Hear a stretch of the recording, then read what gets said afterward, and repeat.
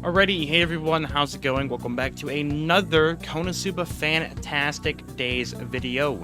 Now today we'll be talking about if it is going to be worth it to be playing this game in the long run. I'm going to give an overview of all the stuff that's going on, with the recruit system, the gacha system, PvP, the PvE, the overall enjoyment of the game. We'll be going over all of that in today's video. So let's go ahead and jump right into it. So first things first, obviously this is a gacha game. So why not start off with the gacha system. Now I did record some footage of the gacha system, what I will put up on screen right now. So you'll be seeing me summon on the premium banner, of course. Obviously the 4 stars. If you see a character go rainbow means it's a 4-star character. Basically that is equivalent of like an SSR in a game, or a 3-star in Princess Connect, or a 5-star in Genshin. It's like the highest rarity card you can pull basically from the gacha system. Unfortunately in this multi-summon we did not get a single 4-star, which is a little unfortunate, which is why we will talk about the rates here in a second.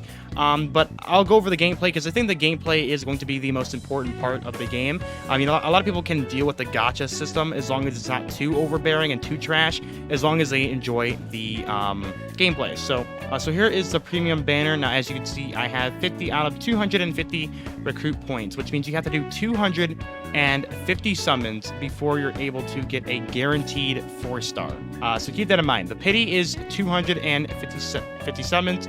Yeah, once you reach the recruit points of 250, you're able to get a 4-star guaranteed ticket, which is 25 multi-summons. So the gacha is, it's not... The pity system isn't too crazy good. I think it's average. Princess Connect Redive's pity, I believe, is 300, and that's 30 summons. But we'll see, because I think this is a less pity than Princess Connect. But it depends on how stingy they are with the recruit points. It depends if they give out a lot of the jewels, like all of these crystals and stuff. If they give these out very frequently, then maybe this is a good pity, because I think Princess Connect's pity is fine considering all of the jewels that you get from Clan Battle, PvP with the arena resets and all that stuff, and the first time bonuses and all that. I think that pity system is pretty much... I think that's a pretty good pity, considering the amount of free stuff that they give out in Princess Connect. Obviously, this is made by completely different devs, so I have no idea on how their stuff goes. But let me go ahead and take a look at the rates here, if we can pull up the rates. All right, so let's head into the rates section in the info, and it's going to give us a probability table. Let me go ahead and pull this up. This is the probability in the 1st to the 9th draw of the 1st and 10th draw. So in the first 1 to 9 draws in a 10 pool, the chances of a 4-star to appear is 4%, 2-star is 76%, and a 3-star is 20%.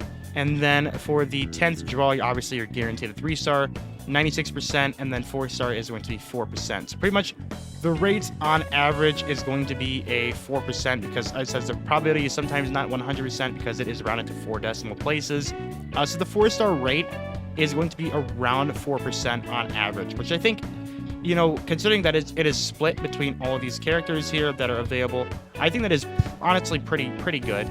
So the chances of you pulling a 4-star character is going to be 4%. It's the 4% rate, I think, is honestly pretty fair. But we'll just have to see how many jewels they give out, these crystal things they give out. If they're really stingy with these crystals, then it's going to be a very hard pity to get to, and you're never really going to hit the pity, especially if this thing resets on the special banner or the premium banner, whatever banner's coming out, like the feature banner character.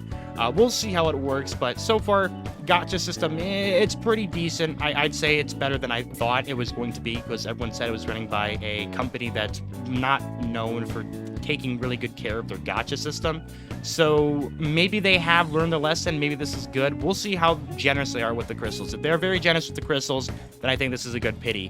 But other than that, I mean, gacha system, it's decent. It's better than the My Hero one. I'll give it that. All right, so next we're going to be talking about the quest mode and basically the overall gameplay. So I'm just going to go ahead and jump into a random chapter here.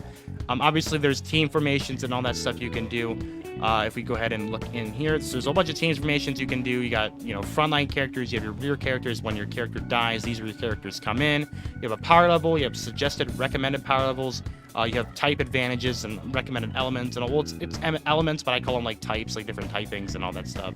So there's a whole bunch of stuff that really goes into it. So it's not kind of just like a It's kind of not like Princess Connect, where Princess Connect there is no type advantage or there's no like colors or nothing. It's basically you pull the character and you throw them, and if they're good, they're good. That's pretty much how Princess Connect works. But as you can see from the gameplay alone, I'm going to be comparing this a lot to Princess Connect Redive because it's pretty much the exact same thing, except for the gameplay. The gameplay and the 2D style is almost the exact same, but there is a major difference. Let me go ahead and turn off auto here. Okay, well, there's an attack. The animations, I think, are beautiful. Okay, so here are the attacks. So the attacks, obviously, you can wait on one character, obviously, to get their abilities back, and we could do that, and then you're able to manual all this. There's obviously, like, all attacks. Darkness has, like, a shield attack and all that stuff. But I really do not suggest doing manual mode because the manual mode can take away from some of your time, which can overall decrease your DPS. So, I mean, the gameplay-wise, I think it's good, but I feel like this is more of like a side gacha game than a main one.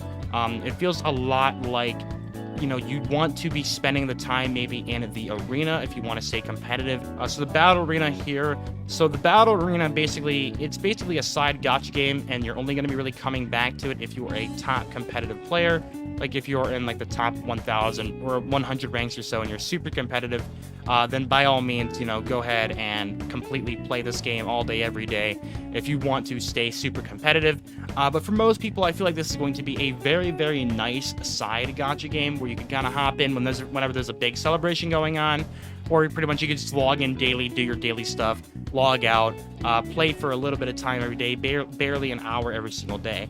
If you like that kind of side gacha game to a main gacha game that you're playing right now, like if you're playing a Genshin Impact and you want like a side one, and you really like the KonoSuba, like the world and all that stuff about the characters and all that stuff about KonoSuba in general, I think this is a great pickup for you. But in my opinion, as I said, this is pretty much, if you know Princess Connect Redive, as most of my subscribers do know it because that is basically my main game, this is basically KonoSuba's version of Princess Connect Redive. So I think if you like Princess Connect, you will enjoy KonoSuba. So let me you guys try this out in the comment section down below. Let me guys think of this video. Thank you everyone for watching, and I hope you guys all have a wonderful, wonderful rest of your day. Peace out, and I'll see you guys all in the next one.